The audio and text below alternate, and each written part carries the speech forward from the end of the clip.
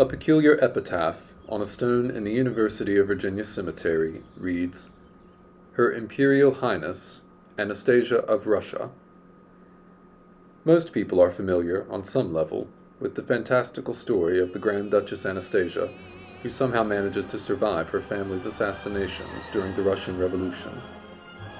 What is less commonly known is why her name appears on a headstone here, in a cemetery in central Virginia. The First World War fueled economic and socio-political turmoil in Russia that had been brewing for decades. The people's frustration with years of ineffective rule finally reached the boiling point in February 1917, when revolution erupted across the Russian Empire. Pressure for Tsar Nicholas II to abdicate the throne became impossible to ignore. The Tsar renounced the throne within weeks, ending more than 300 years of autocratic rule by the Romanov dynasty. His abdication set into motion a chain of events that would lead to the imprisonment of not only himself, but his wife, the Tsarina Alexandra, their daughters, the Tsarevnas Olga, Tatiana, Marie, and Anastasia, and their son and heir, the Tsarevich Alexei.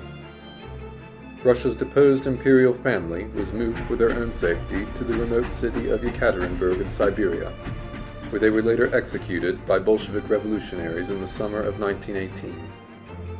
Details of their deaths were closely guarded by the communist regime for decades, breeding mystery, intrigue, and as secrets often do, also legend. In the early 1920s, a rumor was spreading through Berlin about a psychiatric patient in the Elizabeth Hospital who was supposedly one of the Tsar's daughters.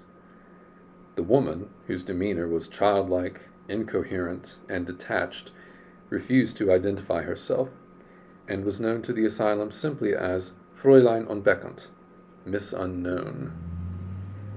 Exiled relatives of the Imperial family discreetly visited the young woman to determine if any of the rumors surrounding her identity might be true.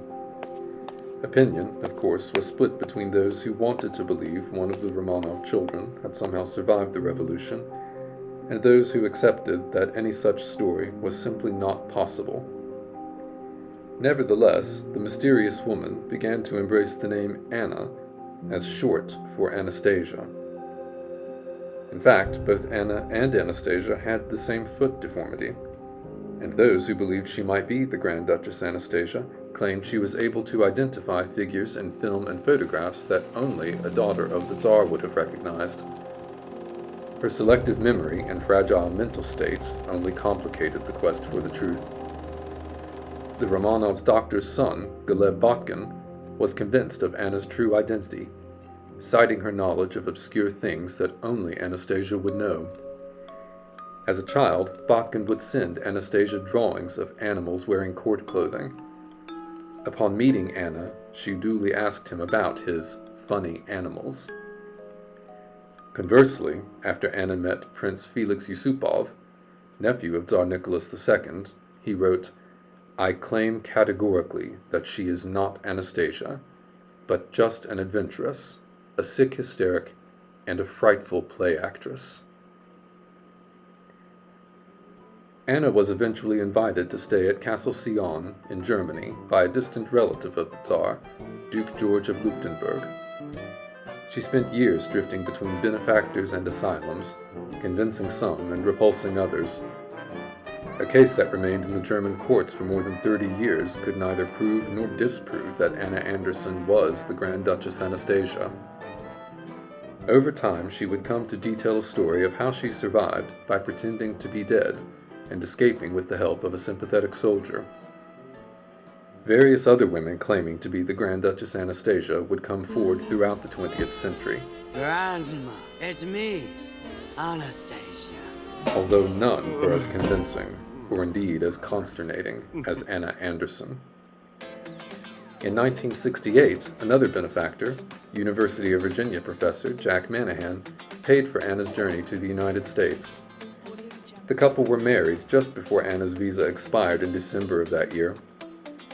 They lived in a house on University Circle in Charlottesville, and although they were wealthy, the couple lived in squalor with refuse and innumerable pets. Locals chided the two endearing eccentrics as the Royal Family of Charlottesville, and the house as the Alexander Palace, a distant cry from its namesake in Tsarskoye Selo, outside St. Petersburg. Anna had convinced millions of people, either deliberately or through acquiescence, that she was the Grand Duchess Anastasia, and the lone survivor of the Tsar's immediate family. She died in Charlottesville in 1984 after a bout with pneumonia. Although her ashes are interred in the churchyard at Castle Sion in Germany, Professor Manahan's headstone here also carries this epitaph dedicated to his late wife, whose allegation he believed with sincerity. Tensions between Russia and the West began to thaw after the collapse of the Soviet Union in the late 1980s. In Moscow, the hammer and sickle is lowered for the last time, and an era comes to an end. Now that the brutal regime which had toppled the Romanov dynasty was no longer in power, historians finally had the chance to investigate the true fate of the Tsar and his family. In 1991, a mass grave was discovered deep in the forest outside Yekaterinburg.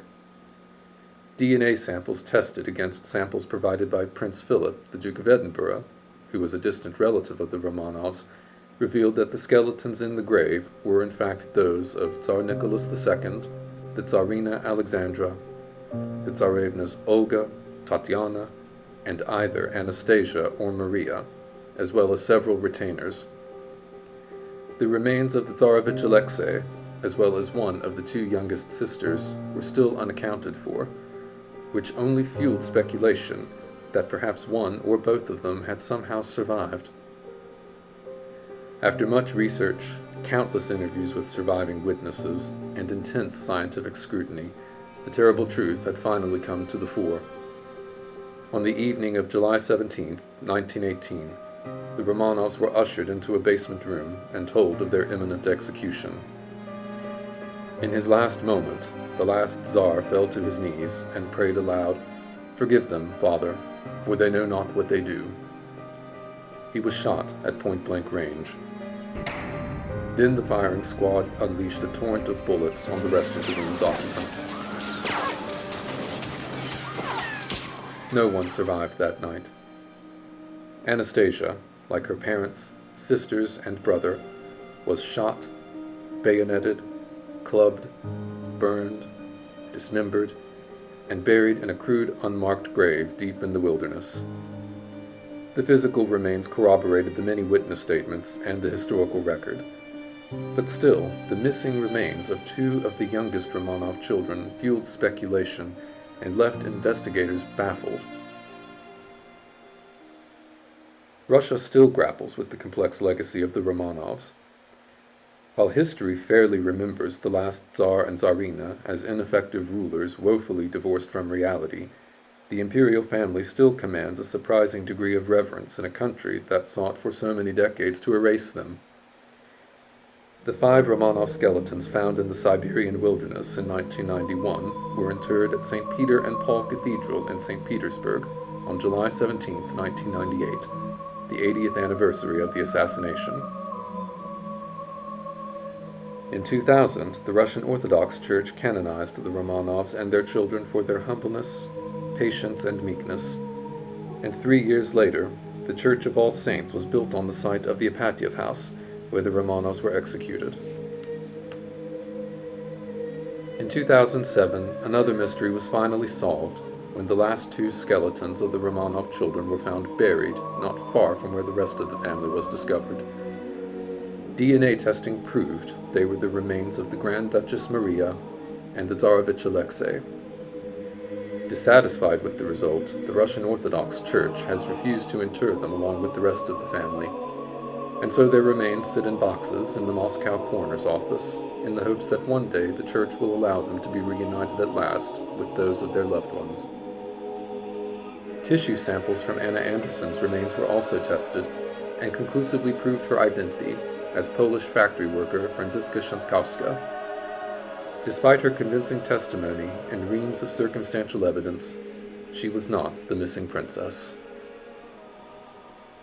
We now know with all certainty that the Grand Duchess Anastasia did not survive the Russian Revolution.